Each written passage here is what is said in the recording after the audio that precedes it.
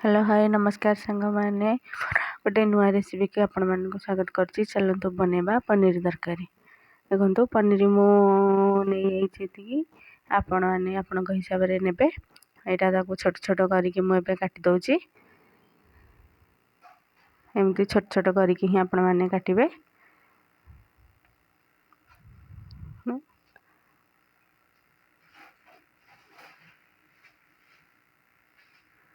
Finally ये मो पनीर कटा शेष। तापर एबे काटिदबा गोटे गाजर।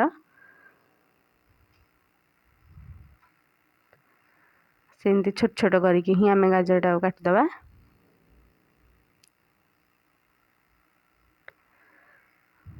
गाजर कटा भी सरीगला। तापर एबे आम आलू काटिबा।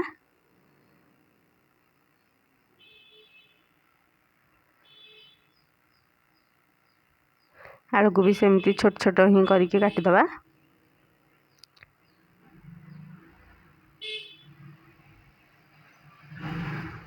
तापर आम कड़े गैस बसैकी कड़े तते देकी तेल पकईदबा। तेल देखो ये ताती आसला। तेल तातिले ही पनीर पकेबा ना तल आड़ू सब लग पनीर गुड़ाक। ये मो पनीर ये पकईदेली। तब पिठा त्यार एमती घाटी दबा ना लगिज तल आड़ू पोड़ीज। देखो मो पनीर रेडी होगा। मुझे एमती छाणी दौची। बेसी भी ततेबेनि पनीर टाण हो। गाजर पकई देकी छाणीदबा। गाजर भी हो गलानी।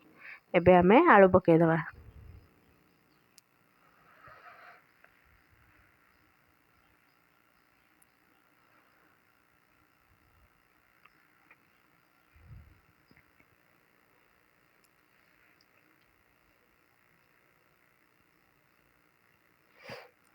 तो टिके माने लेउटा बाउट करके ये देखो आलू भी हो गला। आलू भी काढ़ीदबा। तापर गैस लगेकी कड़े बसैकी तेल टे तातला तेल पकईदबा।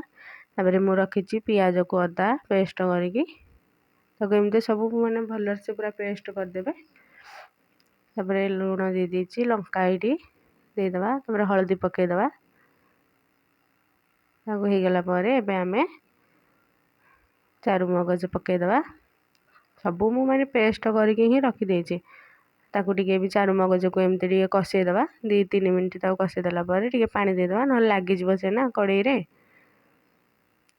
हो गलानी। देखो तापर एबे आमे टमाटो जो पेस्ट करके रखी सब ताकू भी पकईकी 2-3 मिनट कषेदबा।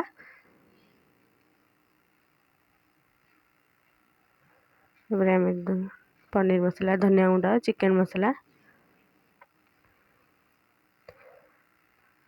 पकई देकी टिके कषेदबा। देखो कषिगला तापर आमे जो छाणिकी रखी पनीर हेका सबू तापर ताकू देकी टिके कषेदबा।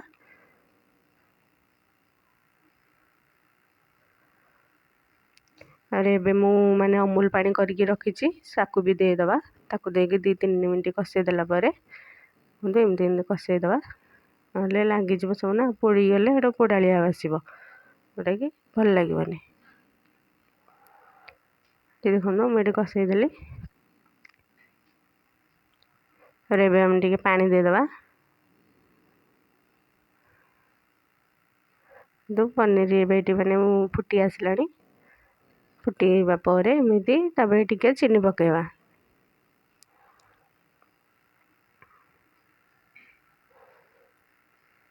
चीनी ये मु पकईदेली और टिके घाटी दबा।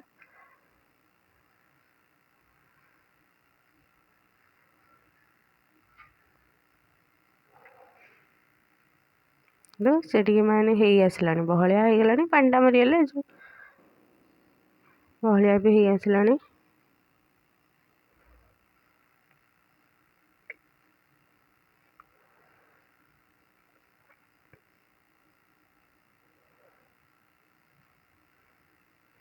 होगला तापर आमे गैस बंद करदबा।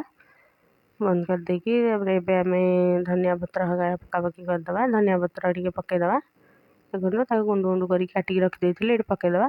तापर एबे मु माने डालचीनी गुंड आउ गुजराती ताकू छेचिकी गुंड करके रखी ताकू भी टिके देदेला स्मेलटा माने भल आसीबो। खाया को भी माने टेस्ट लगे। देखो हो गला एबे हमर ପନିର ତରକାରୀ। ପନିର ସତରେ ବନେଇବା କେତେ ସହଜ। ପନିର ହେଇଗଲା ମୋର 5 ମିନିଟ୍ରେ।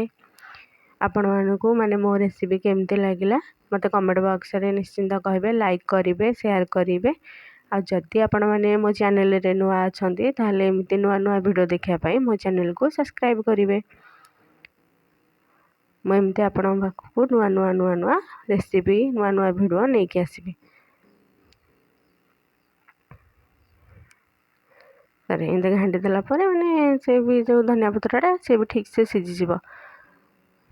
ରହିଲି ସାଙ୍ଗମାନେ, ଜୟ ଜଗନ୍ନାଥ।